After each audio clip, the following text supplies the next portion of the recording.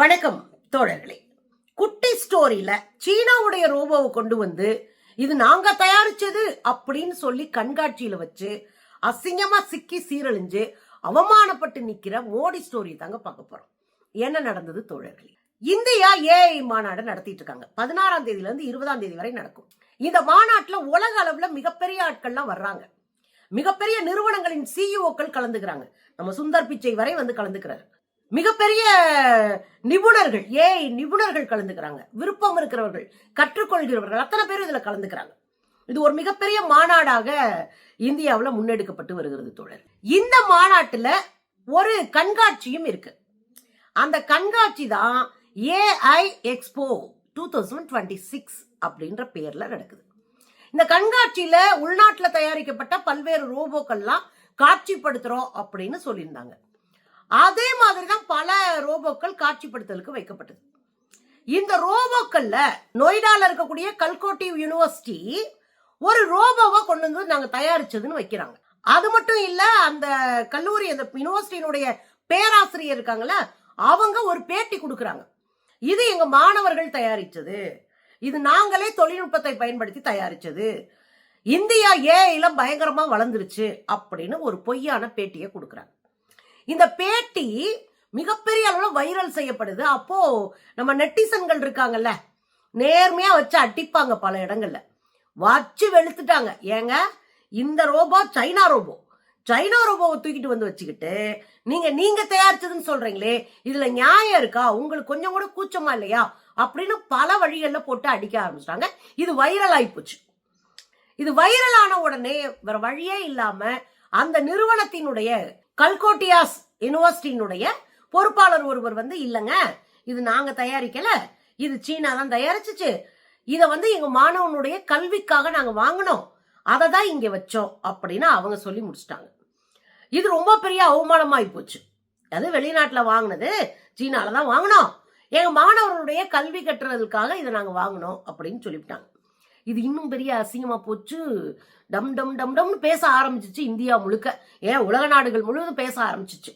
இதுக்கப்புறம் அந்த முதல்ல பேட்டி கொடுத்தாங்கல்ல, அந்த அம்மா வர்றாங்க. அந்த அம்மா வந்து, இல்லங்க நான் விரிவா சொல்லாம விட்டதுனால, தெளிவா சொல்லாம விட்டதுனால இது தவறா புரிஞ்சுக்கப்பட்டது, இது எங்கள் மாணவர்களுடைய ஸ்டடீஸ்க்காக நாங்க வாங்கின ரோபோ தான், இதை நான் தெளிவா சொல்லி இருந்திருக்கணும் அப்படின்னு அந்த அம்மா அடிச்சு விட்டு போயிட்டாங்க. இதுக்கப்புறம் இது பெரிய வைரல் ஆயிருச்சு.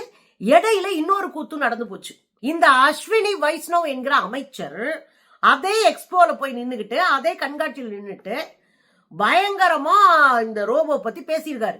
நாங்க தயாரிச்ச ரோபோ ஏஐல நாங்க பயங்கரமா வந்துட்டோம், நாங்க இப்படி வந்துட்டோம் அப்படி வந்துட்டோம் அப்படின்னு முட்டுச்சந்தில நின்று முட்டி முட்டி சொல்லி இருந்திருக்காரு. இது அப்படி பயங்கரமா வைரல் ஆகுது. அப்ப காங்கிரஸ் இதை கையில் எடுக்குது, எதிர்கட்சிகள் இதை கையில் எடுக்கிறாங்க. என்ன கேக்குறாங்க? யோ, ஒரு அமைச்சர் நீங்க கொஞ்சம் கூட கூச்சப்படாம ஒரு தவறா வெளிநாட்டுல இருந்து வாங்கப்பட்ட ஒரு ரோபோவை, சைனா ரோபோவை கொண்டு வந்துட்டு நாங்க தான் தயாரிச்சோன்னு சொல்றீங்களே, உங்களுக்கு வெக்கமா இல்லையா, உங்களுக்கு கூச்சமா இல்லையா அப்படின்னு நாக்கப்புடுங்கிற மாதிரி காங்கிரஸ் கேட்க ஆரம்பிச்சது. இந்த சைனா ரோபோவை யூனிட்ரி அப்படின்ற ஒரு நிறுவனம், சைனா நிறுவனம் யூனிட்ரி GO2 என்கிற பெயர்ல தயாரிச்சது. 2 இருந்து 3 லட்சம் வரைக்கும் இதனுடைய விலை. இதெல்லாம் தெரிஞ்சு வச்சுக்கிட்டும் கொஞ்சம் கூட கூச்சப்படாம யாரோ எந்த நாடோ தயாரிச்ச ஒரு ரோபோ தூக்கிட்டு வந்து இந்தியாவுல நாங்கள் தொழில்நுட்ப அறிவு பெற்றுவிட்டோம், நாங்க வளர்ந்துட்டோம் அப்படின்னு ஒரு அமைச்சர் பேசும்போது சைனா பத்திரிகைகள் வரை காரி உமிழ்ந்து விட்டது. கேவலமா சங்கையா திட்டிருக்கு உலக நாடுகள் இருக்கிற பத்திரிகை எல்லாம். இந்த மாநாட்டோடைய பர்பஸே அசிங்கப்பட்டு போச்சு.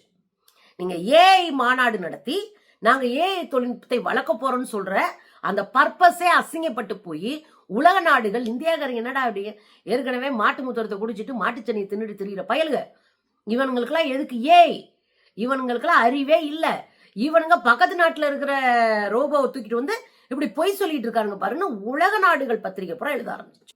ரொம்ப அசிங்கமா போச்சு. இதைத்தான் காங்கிரஸும் சொல்றாங்க.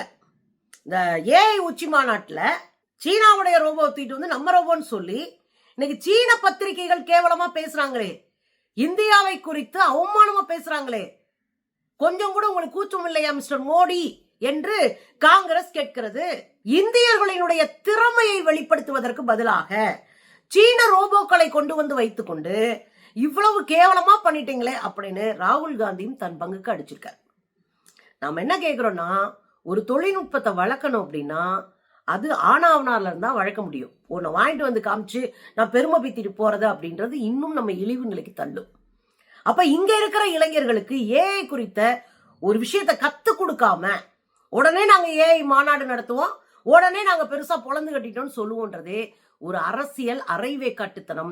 இது ஒரு பொய், இது ஒரு போலித்தனம், தன்னை அறிவுஜீவியாக காட்டுகிற போலித்தனம்.